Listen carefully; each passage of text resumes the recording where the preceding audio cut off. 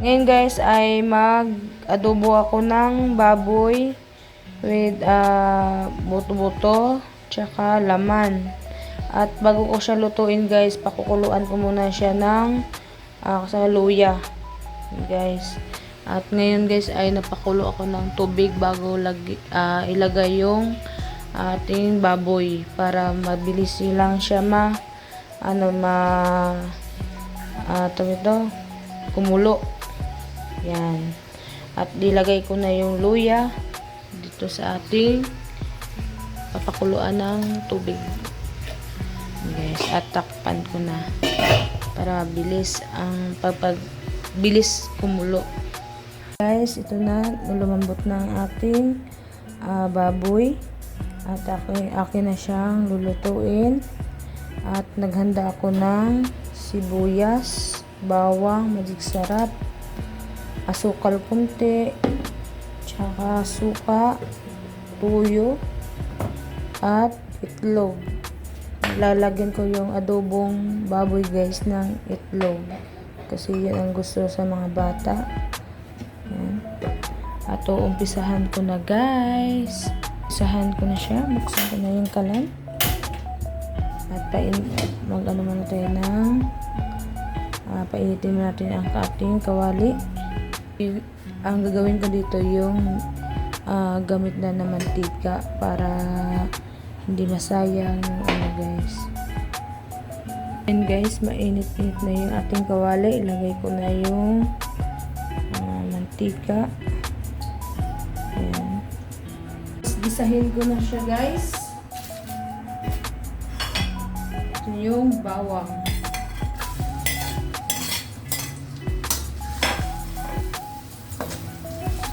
Ating natin oil mantika.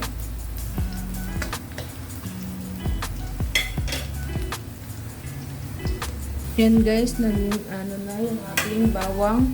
Lagay ko na yung sibuyas.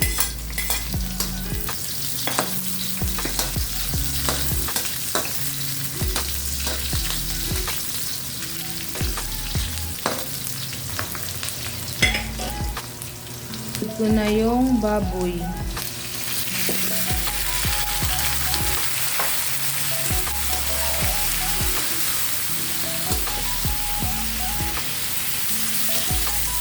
Masyadong malambot ang aking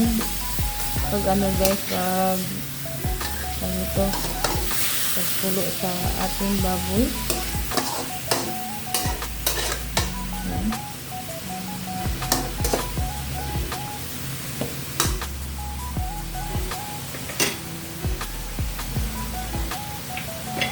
Lagyan ko na siya ng tuyo.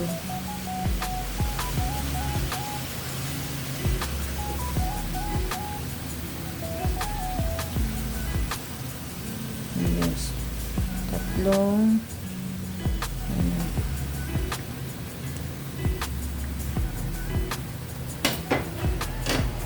at lagyan ko siya ng magic sarap, kalahati lang. Lagyan ko siya ng guys, isang basong tubig kasi gusto nila yung madaming sabaw. Guys, lagyan ko siya ng suka. So, ganyan lang siya guys. Ilagay ko. Yan. At bawal siya haluin.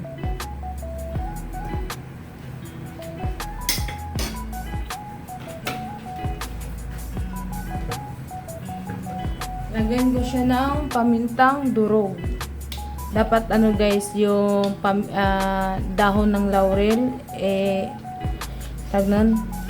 hindi sila kumakain guys. Hindi sila kumakain. Ayaw nila ng ganong amoy. At lagyan ko na lang siya ng durog. Yan. Paminta. Pamintang durog. Tapos tatakpan ko siya. Yan. At hintay natin ng ilang minutes. Guys, akin na siyang bubuksan. Tingnan ko na okay na ba aking adobo. At Tikman ko muna kung hindi ba siya maalat.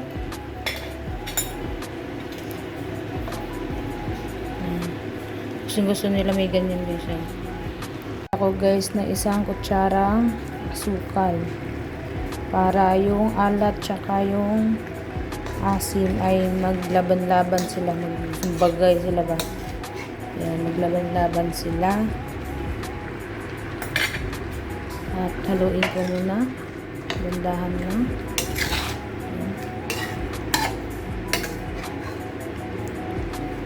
Kung lang sabaw, durog na. Ayan. Magano din yan siya guys. Andun yung ating ulam. Tapos takpan ko muna para maano yung ating asukal. Magkapantay lang sila ng panglasa, yung alat tsaka yung asim. Mag-balance sila guys. At mahina ang ating apoy. Ang aking apoy para maano yung asukal, di masyadong sunog. Ito naman sa kabila guys ay nagpakulo ako ng tubig muna bago ilagay yung itlog. Yan, para maganda balatan yung itlog. Mulo ng aking tubig. Lagay ko na isa-isa yung itlog. Yan. Siguro ano lang guys, 6. Yan. O, diba? Tsaka adobong baboy. Guys, nabalatan ko na yung itlog at ilagay ko na dito sa aking adobong baboy para magkulay ang ating egg. Ayan.